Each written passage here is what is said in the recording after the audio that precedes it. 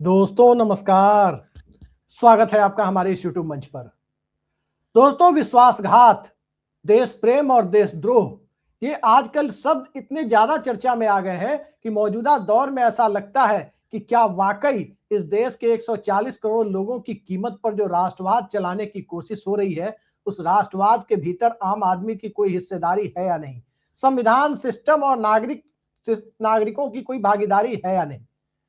कई सारे सवाल एक साथ उपस्थित हैं। जहां एक तरफ खबर आ रही है कि तृणमूल कांग्रेस मुख्य चुनाव आयुक्त ज्ञानेश कुमार के खिलाफ विशेषाधिकार का प्रस्ताव लेकर आ सकती है, लेकिन इन सब के बीच भारतीय जनता पार्टी के एक सांसद, स्वनामधन्य सांसद, जो राहुल गांधी के खिलाफ उनकी राजनीति को खत्म करने वाला प्रस्ताव संसद में रखने की बात कर रहे हैं, निशिकांत दुबे, वो यहां तक कहते हुए नजर आ रहे हैं कि प्रधानमंत्री नरेंद्र मोदी सवालों से ऊपर है, वो सवालों से ऊपर उठ चुके हैं। लेकिन क्या वो नेता प्रतिपक्ष के सवालों का जवाब भी नहीं देंगे? माना कि नरेंद्र मोदी का सिस्टम, चाहे वो आयोग हो, चाहे वो कोई और संस्था हो, चाहे वो कैबिनेट हो, चाहे वो संसद के पीठासीन अधिकारी हो, उस सवालों के दायरे में खुद को भले ना मानते हो, लेकिन नेता प्रतिपक्ष के सवाल का जवाब तो आमतौर पर देने की परंपरा रही है। बिल्कुल इसी रवायत का पालन करते हुए विपक्ष के नेता राहुल गांधी ने इंडो यूएस ट्रेड डील के मुद्दे पर 5 महत्वपूर्ण सवाल सरकार से पूछे हैं और साफ साफ कहा है कि क्या यह देश के किसानों के साथ धोखा तो नहीं है। और उनके सवालों के दायरे में कई सारी चीजें हैं। उन्होंने साफ साफ सीधे सीधे प्रधानमंत्री से ही सवाल पूछ लिया है और पूछा है कि जिस प्रकार से डीडीजी इंपोर्ट, यानी डीडीजी इंपोर्ट कहें तो ड्राई डिस्टिलरी ग्रेन्स जिसे कहते हैं, उसके आयात का मतलब क्या है? क्या इससे भारतीय मवेशियों को कोई दिक्कत आएगी? क्या भारतीय किसानों को कोई दिक्कत आएगी? इसी के साथ जेनेटिकली मॉडिफाइड सोया को लेकर के मध्य प्रदेश, गुजरात जैसे राज्यों के किसानों को लेकर उन्होंने सवाल पूछे। इसी के साथ एडिशनल प्रोडक्ट्स पर भी उन्होंने सवाल पूछे हैं। नॉन ट्रेड बैरियर्स को हटाए जाने को लेकर भी उन्होंने सवाल पूछे हैं कि क्या यह टेम्पररी है या परमानेंट है। इससे इस देश के किसानों का या इस देश के दूसरे सामाजिक सेक्टर में लगे हुए लोगों का क्या मुनाफा या क्या नुकसान होगा। और सबसे बड़ी चीज जो उन्होंने पूछी है कि अगर एक बार दरवाजा खोल दिया गया तो क्या इस दरवाजे के ऊपर कोई दूसरा लॉक बाद में लग पाएगा।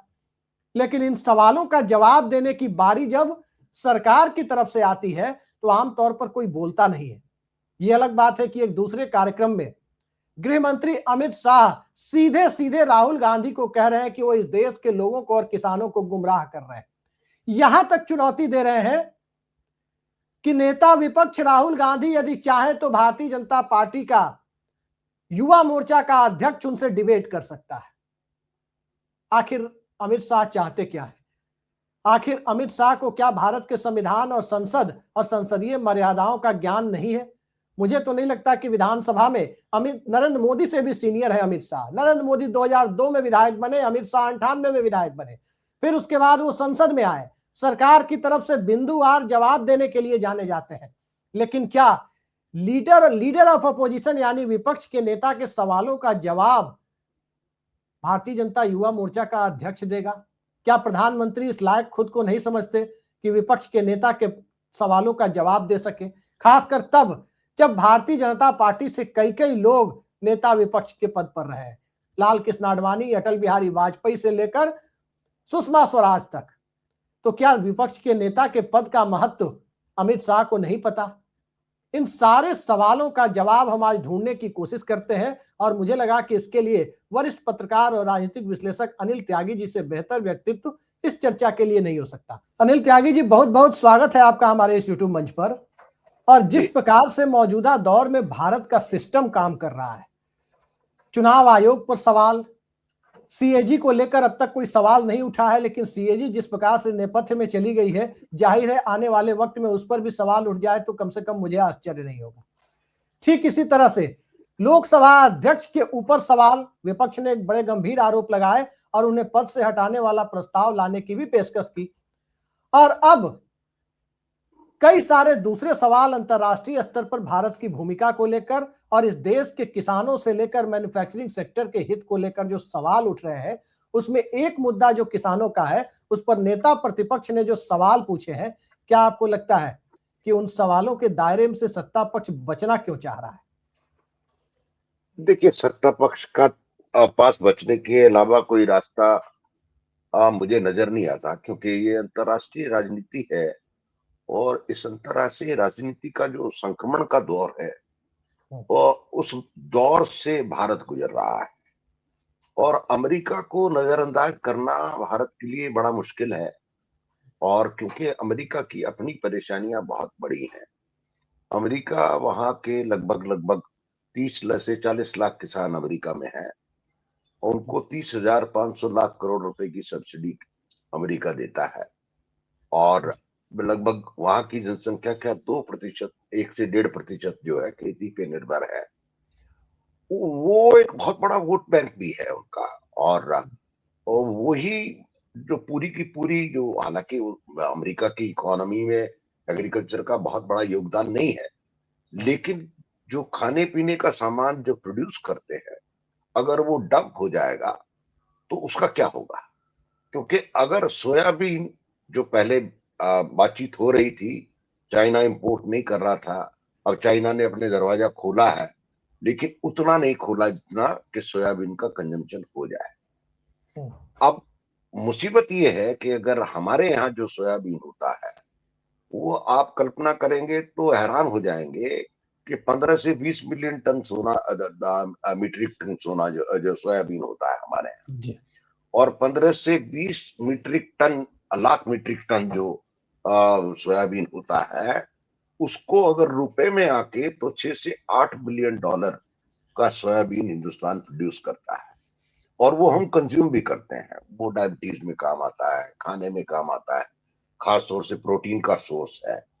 और आप ये समझिए, हमारी जनसंख्या जो है आज भी जो है, जिसके अगर हम पुरानी जनसंख्या के हिसाब से भी देखें, तो ये मानते हैं कि लगभग 10 करोड़ के लगभग परिवार खेती पर जी निर्भर करते हैं। परिवार का मतलब क्या हुआ?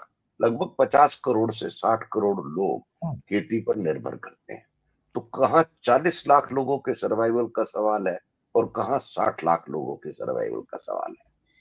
अब राहुल गांधी ने जो सवाल पूछे हैं, वो बिल्कुल बुनियादी सवाल है। और मजे की बात यह है कि ये पूरा का पूरा जो घालमेल है, ये बेसिकली इश्यूज को डाइवर्ट करने का है। क्योंकि धीरे धीरे इस देश को 15 अगस्त 2047 तक दो काम होने हैं। एक तो सरकार का जो कल्याणकारी स्वरूप है, वो खत्म करना है।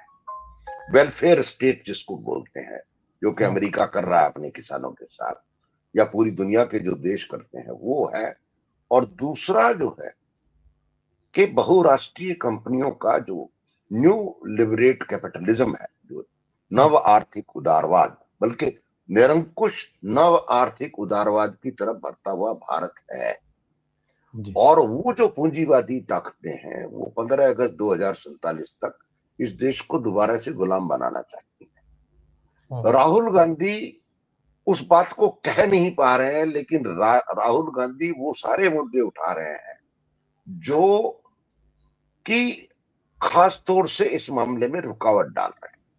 हालांकि जी उन्होंने अभी पूरी पार्टी का स्टैंड वही है, लेकिन अभी भी कंफ्यूजन कहाँ है इस पूरी राजनीति को। मैं इसको, इस मुद्दे आप वाला जो पूछना चाहते हो उस पर आऊंगा, जी लेकिन मैं आपके दर्शकों को ये बताऊं हो क्या रहा है कि चीजों को साफ साफ नहीं रख रहा कोई नेता।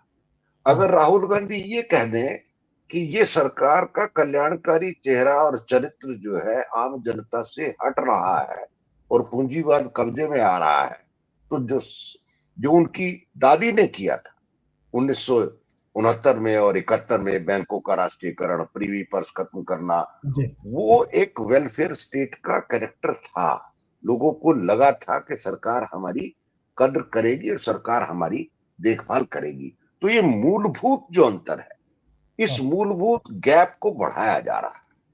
सरकार का कल्याणकारी चेहरा खत्म किया जा रहा है और पूंजीवाद का चेहरा लाया जा रहा है। और 15 अगस्त 2047 को ये विकसित भारत कहते हैं। मैं लोगों से कहता हूं, ये विकसित भारत नहीं होगा, ये गुलाम भारत हो जाएगा।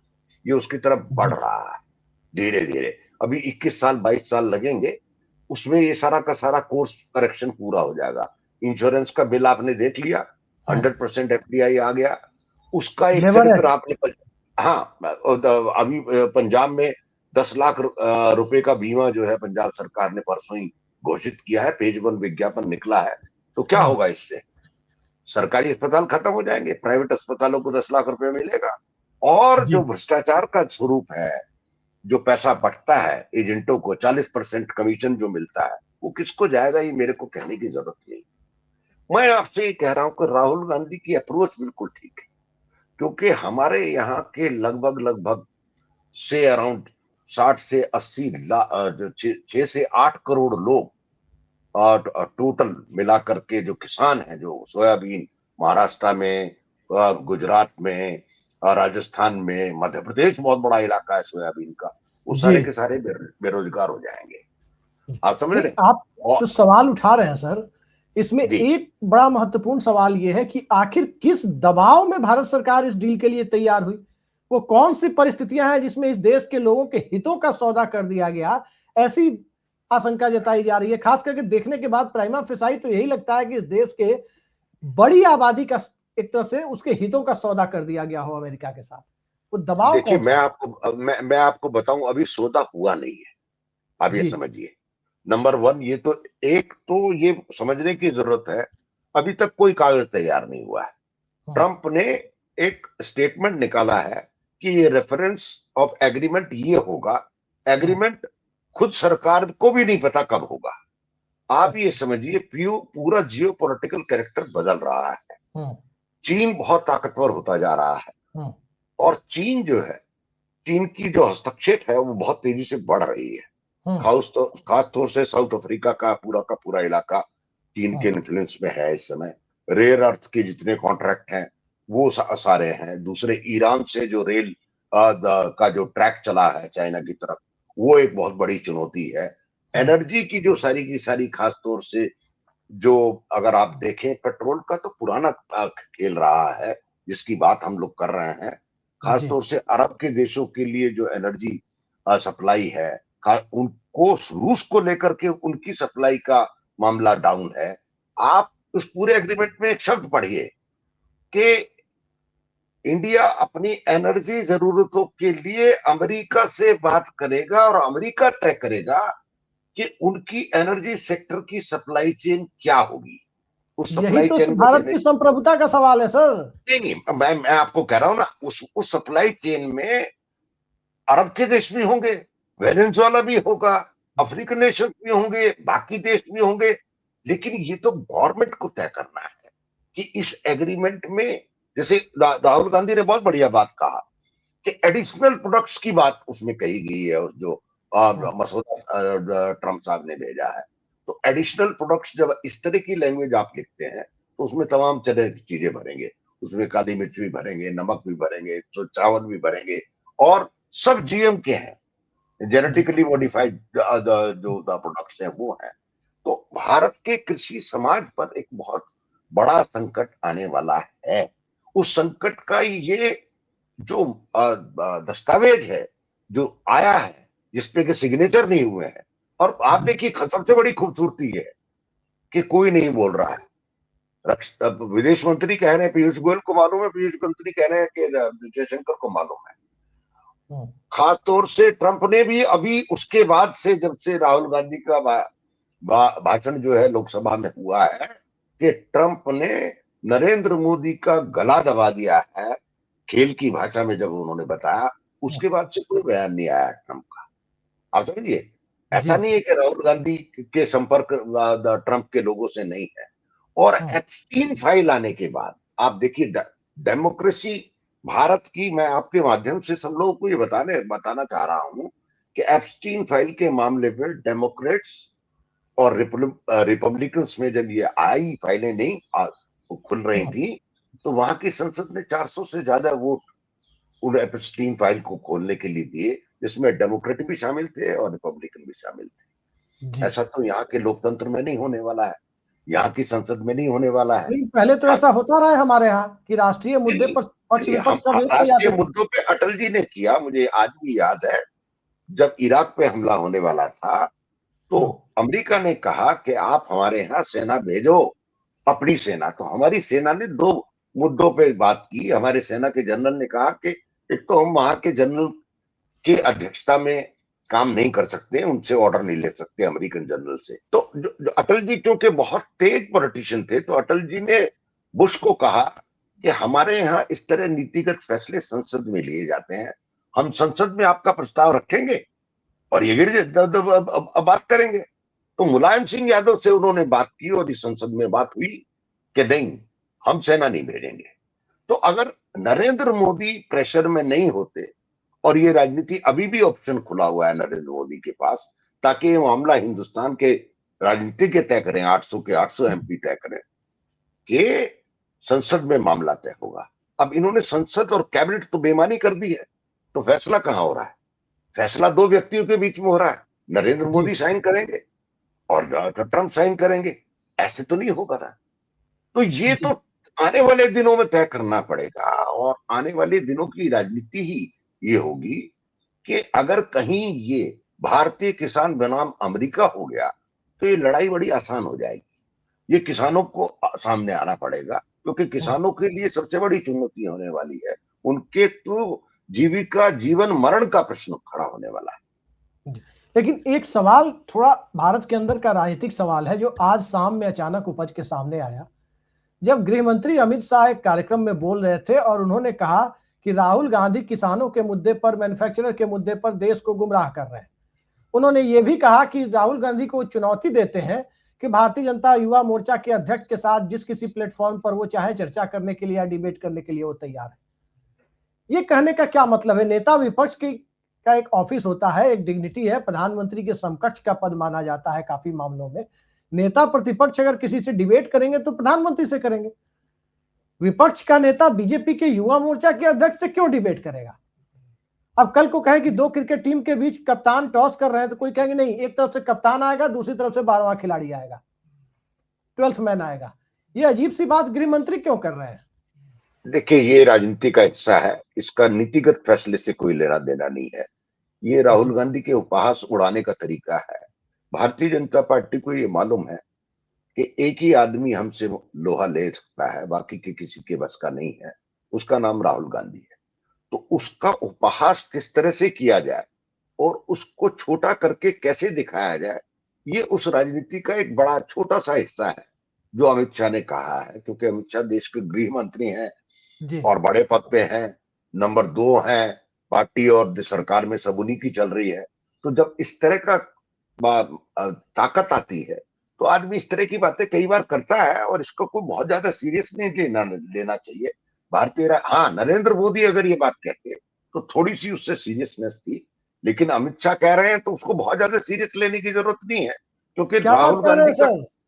अमित शाह देश के गृह मंत्री हैं, गृह मंत्री की बातों को हम कैसे भला सीरियस नहीं लेंगे? नहीं, कल को मैं आपको गृह बुलाऊं, मंत्री नहीं, अनिल त्यागी जी, कल को मैं आपको बुलाऊं अपने चैनल पे, नहीं, नहीं सर, एक बात सुन लीजिए मेरी, कल को मैं आपको अपने चैनल पे बुलाऊं कि मुझे आपके साथ एक डिबेट करनी है, एक चर्चा करनी है किसी महत्वपूर्ण विषय पर, और फिर आप चैनल पे आए तो पता चला कि मेरे बदले मैं कह रहा हूं कि मेरे वीडियो एडिटर हैं वो आपके साथ डिबेट करेंगे। नहीं, वो देखिए, उसमें मैं आपको बताऊं दूसरी बात। देखिए, गृह मंत्री ने गृह मंत्रालय से संबंधित कोई इस तरह का बयान नहीं दिया है, नंबर 1। गृह मंत्री ने राजनीतिक बयान दिया है, भारतीय जनता पार्टी के नेता के रूप में बयान दिया है। और राहुल गांधी का कद इस समय बहुत बड़ा है। राहुल गांधी ने जो मैदान से राजनीति करके अपना कद बड़ा किया है, उससे राहुल गांधी को छोटा करने, ये बल्कि राहुल गांधी के नंबर इससे बड़ा है, क्योंकि राहुल गांधी को उल्टा आप ऐसे परिप्रेक्ष्य में खड़ा कर रहे हैं, या राहुल गांधी इस बात का जवाब, कौन भारतीय जनता पार्टी युवा का मोर्चा, मुझे से आदमी को उसका नाम नहीं मालूम है, तो उससे क्या फर्क पड़ने वाला है? अगर भारतीय जनता युवा मोर्चा की बात कर रहे थे तो उस आदमी का नाम लेना चाहिए, कौन अध्यक्ष है, वो भी अमित शाह ने नाम लेना उचित नहीं समझा। तो इस तरह के, मैं एक राजनीतिक विश्लेषक होने के कारण मैं आपको ये बता रहा हूं कि अमित शाह के राहुल गांधी की भारतीय जनता युवा मोर्चा के अध्यक्ष से बात करने के बयान को कतई गंभीरता से नहीं लेना चाहिए। हाँ, अमेरिका पे जो सवाल ट्रेड डील पे राहुल गांधी ने उठाए हैं, उसको जन जन तक पहुंचना चाहिए। और ये बेसिकली ट्रेड डील अभी हुई नहीं है।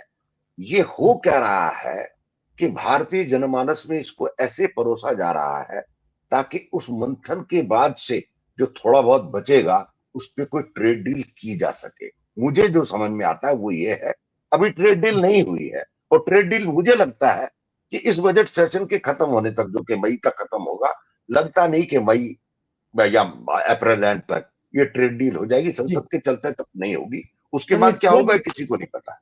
अनिल त्यागी जी, ट्रेड डील के प्रस्ताव को कम से कम एक पत्रकार के तौर पर, एक नागरिक के तौर पर हम और आप सभी गंभीरता से तो ले रहे हैं, भले ही अब तक नहीं हुई है। बिल्कुल आपका कहना सही है। अमित शाह को आप कह रहे हैं गंभीरता से लेने की जरूरत नहीं है, चलिए मैंने मान लिया। लेकिन निशिकांत दुबे एक टेलीविजन चैनल पर बैठकर, वही निशिकांत दुबे जो राहुल गांधी के खिलाफ सब्सटेंसिव मोशन के तहत प्रस्ताव लाना चाहते हैं, और वो ये कह रहे हैं कि प्रधानमंत्री सवालों से ऊपर हो गए हैं। प्रधानमंत्री सवालों से ऊपर हो गए हैं, इस तरह की बातें जब वो कर रहे हैं, तो क्या उन्हें हमें गंभीरता से लेना चाहिए, या अमित शाह की तरह उन्हें भी गंभीरता से नहीं लेना चाहिए? निशिकांत दुबे को तो बिल्कुल गंभीरता से नहीं लेना चाहिए। नंबर वन, प्रिविलेज कमेटी नहीं। तो क्या वो कपिल दूसरा जो शर्मा या राजू श्रीवास्तव है कि उसी तरह उनको हम लोग लें, निशिकांत दुबे मैं को? नहीं, उस तरह से नहीं कह सकते, लेकिन देखिए, निशिकांत दुबे किसके कहने से ये काम करते हैं ये सबको पता है संसद में। जी किस तरह से किताबें आई हैं वो भी संसद में सबको मालूम है। तो आप जब दूसरों के कंधे पे बंदूक रख करके नेता प्रतिपक्ष से बात करोगे, तो लोगों को समझ में आ रहा है कि ये नाच न जाने आंगन टेढ़ा वाला मामला है। आप खुद कुछ जी नहीं करना चाहते, आप दूसरों के कंधे इस्तेमाल करना चाहते हैं। हाँ और जब सत्ता में आदमी होता है, तो जो सत्ता के प्यादे होते हैं, उनको राजा अपने कंधे पे बंदूक रख दे, यही उनके लिए आशीर्वचन है। आप समझिए, उसके बड़े जी फायदे होते हैं। उसके जो अपभ्रंश जो है, जो उसके लाभ है, उसके बहुत लाभ जो लेने होते हैं उन प्यादों को, वो मिलते रहते हैं। तो निशिकांत दुबे की दुकान चल रही है, उसमें बहुत ज्यादा गंभीरता की। अभी क्या हुआ, 9 तारीख को हाउस डिसॉल्व, 9 मार्च को चालू होगा ना, तो 9 मार्च के बाद देखेंगे। तो उसके बाद पहले क्या हुआ, और ये कुछ नहीं होगा, आप देख लेना, मैं आपको बता रहा हूँ, इस प्रस्ताव का कुछ ठीक है। नहीं होगा। नहीं, हाँ, निशिका, इस प्रस्ताव का कुछ नहीं होगा, वो तो हमें भी पता है, क्योंकि एक प्रस्ताव तो राहुल गांधी के खिलाफ लाना चाहते हैं। लेकिन संसद इस समय ऐसा दिख रहा है कि बजट सत्र के दरमियान प्रस्ताव दर प्रस्ताव आ रहे हैं।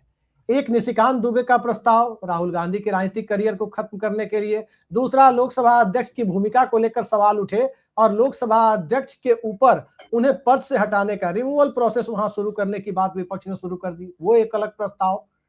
इतने प्रस्ताव के बीच आज अभी थोड़ी देर पहले खबर आ रही है कि ममता बनर्जी की पार्टी तृणमूल कांग्रेस लोकसभा मुख्य चुनाव आयुक्त ज्ञानेश कुमार के खिलाफ उन्हें पद से हटाने के लिए महाभियोग जैसी जो प्रक्रिया है, वो प्रस्ताव वो लाने पर विचार कर रही है। इन सब चीजों की बजाय प्रधानमंत्री संसद में सीधे सीधे बयान क्यों नहीं दे देते कि जो बात आप कह रहे हैं, और मैंने भी पढ़ा था वो टर्म्स ऑफ रेफरेंस, अभी तो कोई टर्म्स ऑफ रेफरेंस बना ही नहीं है उसमें, ट्रेड डील में जो बात आप कह रहे हैं कि भाई ये अभी विचाराधीन है, इस पर अभी कोई फैसला नहीं हुआ है, एक बात वो कह देते तो संसद का कीमती समय जाया नहीं होता, इस देश के किसानों का भला होता, बजट के प्रस्तावों पर संसद में समय मिलता पूरी चर्चा के लिए। प्रधानमंत्री सदन से क्यों भागते हैं, प्रेस कॉन्फ्रेंस से वो भागते हैं, सदन से भागते हैं। अमित शाह भी आजकल बाहर में ही बोल रहे हैं, सदन के अंदर ये बोल ही नहीं रहे हैं। आपने जैसा बताया, मैंने भी सुना था कि पीयूष गोयल और एस जयशंकर एक दूसरे के ऊपर थोप रहे हैं, हम नहीं जानते भाई, हम नहीं जानते, उनसे पूछो उनसे पूछो। ये सारी परिस्थितियां क्यों ऐसे चल रही है? आखिर इस देश को चला कौन रहा है मौजूदा दौर में? सरकार और सिस्टम किसके भरोसे चल रहा है? नहीं, सरकार और सिस्टम तो हम ही लोगों के भरोसे चल रहा है, दिशा निर्देश कहीं और से आ रहा है। अंतर इतना ही है, और हम सब लोग कहां मुखोटे से हो आ गए रहा है हैं। दिशा निर्देश, ये चला भी बता चला कोई दीजिए। रहा है। देखिए, नहीं उसके नहीं। कई कई एंगल हैं। मैंने आपसे कहा जब शुरू में बातचीत में, ध्यान से, मैंने कहा ये जियो पॉलिटिक्स का जो भूमंडलीकरण राजनीति जो है, उसका एक नया दौर है, संक्रमण का दौर है। उसमें चाइना के हित भी जुड़े हैं, रूस के हित भी जुड़े हुए हैं। अभी आप देखिए ना, 26 जनवरी का इससे बड़ा उपहास क्या हो सकता है, किसी ने कहा ही नहीं। 2 क्लर्कों को बुला करके हमने 26 जनवरी पे की परेड में शामिल कर दिया, और हम गदगद हैं यूरोपियन यूनियन के लोगों को है। तो जी इससे बड़ा आपको समझ में, हम सबको समझ में आ रहा है गेम क्या हो रहा है। 70 से 80 करोड़ लोगों का बाजार है, सब उस बाजार में शिरकत करना चाहते हैं। यूरोपियन यूनियन अलग है, अफ्रीकन नेशंस अलग हैं, चाइना अलग है, रशिया अलग है। हिंदुस्तान पर दबाव है, बहुत जबरदस्त दबाव है। सब लोग उस मार्केट में घुसना चाहते हैं, उस घुसने की कीमत कोई नहीं देना चाहता है, कीमत लेना चाहता है। दैट इज द जी बिगेस्ट प्रॉब्लम। तो जी ये द्वंद है, इस द्वंद में सब फंसे हुए हैं, कोई नहीं बोलेगा संसद में इतनी साफ साफ बातें, और ये चलने देंगे सब इसी को कि यही मंथन होगा। ममता अपना अलग काम करेगी, राहुल अपना अलग काम करेंगे, और जो लोग देख रहे हैं और जो लोग मार्केट में शिफ्ट करना चाहते हैं वो उचित समय पे प्रहार करके अपनी बार्गेन करेंगे। जैसे पतंग उड़ाने की कीमत जर्मनी में हमने 90,000 करोड़ रुपए में दी ना, 90,000 करोड़ रुपए का सामान खरीदा ना जर्मनी से। तो हर चीज की एक कीमत है, वो बाद में पता चलती है कि इसकी कीमत क्या है। लेकिन प्रधानमंत्री संसद में क्यों बोलेंगे जब संसद ही डिफंक्ट है, जब जिस संसद में डिप्टी स्पीकर नहीं है, जिस संसद में प्रिविलेज कमेटी नहीं है, जिस संसद में जवाब नहीं देते हैं, तो संसद तो गौण कर दी इन्होंने। तो अब ये इस नई राजनीति का क्या चेहरा निकल करके आएगा 4 साल के अंदर, 3 साल बचे हुए नरेंद्र मोदी जी के, ये देखने वाली बात है। और ये बहुत ही गंभीर मुद्दा है कि सरकार का कल्याणकारी चेहरा खत्म होता है या शोषक का चेहरा निकल करके आता है, ये देखने वाली बात। तो बिल्कुल सही कहा आपने। जिस प्रकार से सत्ता और संसद का पावर इक्वेशन हो, चाहे अंतरराष्ट्रीय स्तर पर भारत के संबंधों की दास्तान हो, इन सब के बीच यदि आम आदमी पिसता हुआ नजर आ रहा है, तो इस पिसते हुए दौर में क्या वाकई संसद का सदुपयोग होगा, या राहुल गांधी के सवालों ने सत्ता और सिस्टम को इतना बौखला दिया है कि अब युवा मोर्चा के अध्यक्ष के साथ डिबेट की चुनौती दी जा रही है। सारे सवाल एक तरफ, और इन सारे सवालों के ऊपर जो सबसे बड़ा सवाल है, जो अनिल त्यागी जी ने बताया कि अभी तक तो ट्रेड डील हुई ही नहीं है। तो जो चीजें अभी प्रस्ताव के स्तर पर है, तो प्रस्ताव के स्तर पर जो चीज दिखाई दे रही है उसको लेकर यदि इतनी चीजें हैं तो कहीं ना कहीं ये लोकतंत्र की खूबसूरती है और उस पर विमर्श हो रहा है। लेकिन विमर्श से सरकार बौखला जाए, ये कभी देखा नहीं गया। चलिए मौजूदा दौर में लोकतंत्र का ये स्वरूप भी देख लेते हैं। अमृतकाल है और अमृतकाल में इस स्वरूप का दर्शन भी लोगों को कर लेना चाहिए जो अभी होता हुआ दिखाई दे रहा है। फिलहाल इस देश के किसान राम भरोसे हैं, भगवान भरोसे हैं। तो भगवान भरोसे जब किसान है, तो ट्रंप भरोसे तो मोदी सरकार और इस देश की किस्मत यदि हो रही है तो कौन सी बड़ी बात है। यही अमृतकाल है, यही चुनावी हिंदुत्व का उत्कर्ष है, और यही भारत के राष्ट्र गौरव की, प्राचीन गौरव के उत्कर्ष की पटकथा लिखने की एक शुरुआती कवायद है। तो आनंद लीजिए इस कवायद का। और इस कवायद के दौर में राहुल गांधी के सवाल न कारखाने की तूती की तरह है या वाकई उनका कोई महत्व है, ये आने वाले वक्त में पता चलेगा। आज इस बेहद सार्थक चर्चा में जुड़ने के लिए अनिल त्यागी जी आपने समय निकाला, बहुत बहुत धन्यवाद आपका। नमस्कार।